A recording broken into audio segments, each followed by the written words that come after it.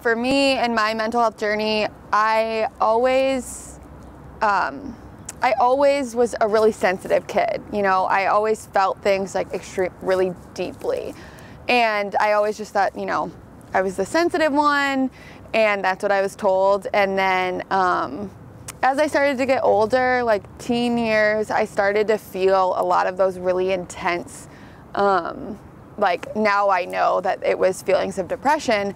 I started just to feel things really intensely. A lot of that hopelessness was just kind of underlying all the time. And I really didn't have a reason to, you know, everything was great. I was doing super well in school. I had friends, you know, I was in sports. I was doing everything well, and there was no like cause. So I felt all of these things really deeply and felt this loneliness and apathy. And yes, part of that could be like teenage moodiness, but I know that, you know, my peers weren't feeling these things, at least to the same intensity that I was. And so I thought it was just me, and I thought it was something that I had to pack up and put away and hide from everybody else. And I did pretty well at that for a while. But, you know, eventually that facade starts to slip. And when I was 18, graduated high school, I moved to Ann Arbor to go to school at University of Michigan. And I really wanted to go to school there. I was really excited about it, but I couldn't really feel any of that because I was just so anxious. I felt so nervous leading up to it.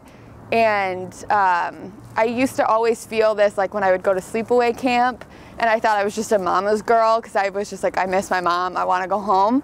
And when I went away to school, I was having a really hard time. I was crying all the time. I was just so anxious and nervous I couldn't eat. And I kept thinking, I just want to go home. I just want my mom. I just want to go home. But then I would think, I don't actually want to leave. I don't want to transfer schools. I want to go to school here.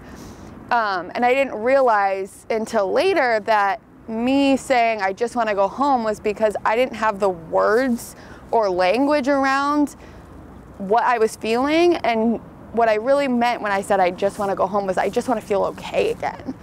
And that went on for a long time. So I thought I was just going to be adjusting. And for about 3 months, I was crying constantly. I couldn't eat. I would sit down to a meal and my throat would just tighten up, and I couldn't get through a meal without crying.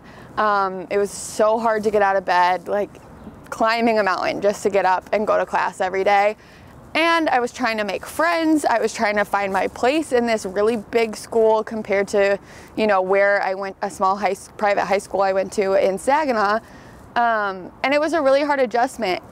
And it was made so much harder by the fact that I felt like I was individually wrong for what I was feeling and going through. Everybody tells you that college is the best 4 years of your life and you're gonna have so much fun and it's gonna be amazing, and it can be, but it can also be like one of the hardest experiences, especially for an 18-year-old who hasn't really gone through that much externally. Which doesn't mean that those internal challenges are any less valid, but I think that people don't really talk about those mental health challenges that you might face in those transitions. So I thought I was supposed to be having the best time ever, and I was struggling so much. And it took me months to tell anybody and finally go to the student counseling center.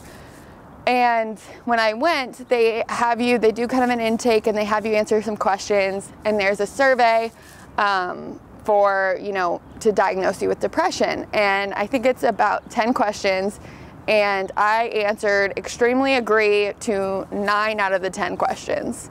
So she was like, oh yeah, you have depression. And at the time, I think I'd heard that one time in my health class in high school. You know, I didn't really know that that was possible for me.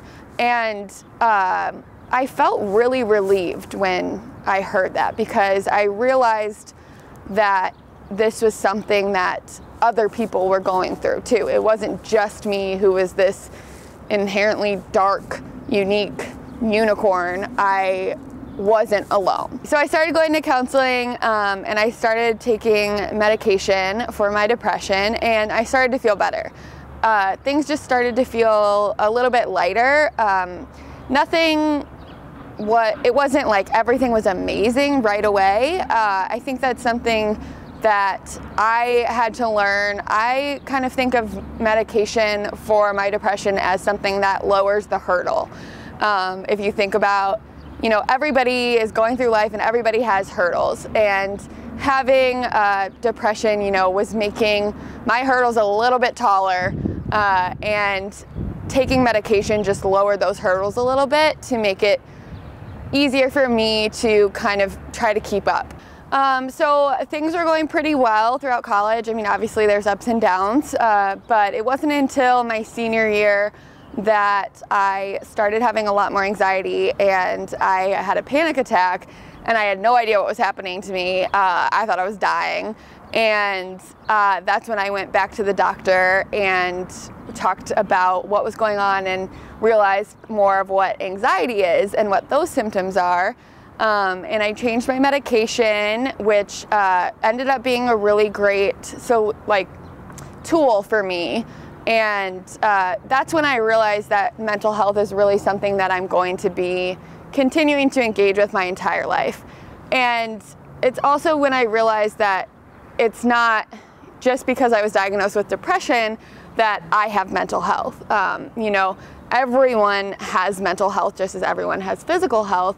And it's something that, you know, some people have physical conditions that they have to deal with and engage with and come in and out of their life, and I have mental conditions that I deal with, and for me, you know, I'll continue to deal with them at higher and lower levels of intensity for my life, but it's not something that is strictly me or strictly because I have a mental illness. Everyone has mental health, and so realizing that I had to engage with that and take care of that on a daily basis, and not just when, you know, I was in the red danger zone having these really intense reactions, was a really, you know, it was a really kind of life-changing realization.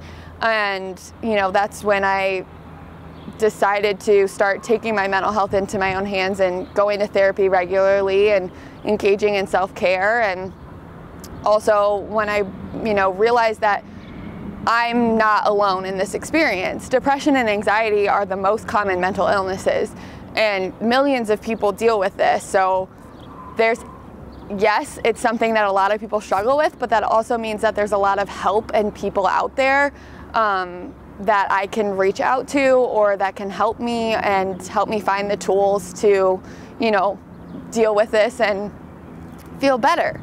So yeah, I learned, and I think it was really important for me to break down that stigma and talk to people about it. And when I did that, I learned that everyone has mental health just as everyone has physical health.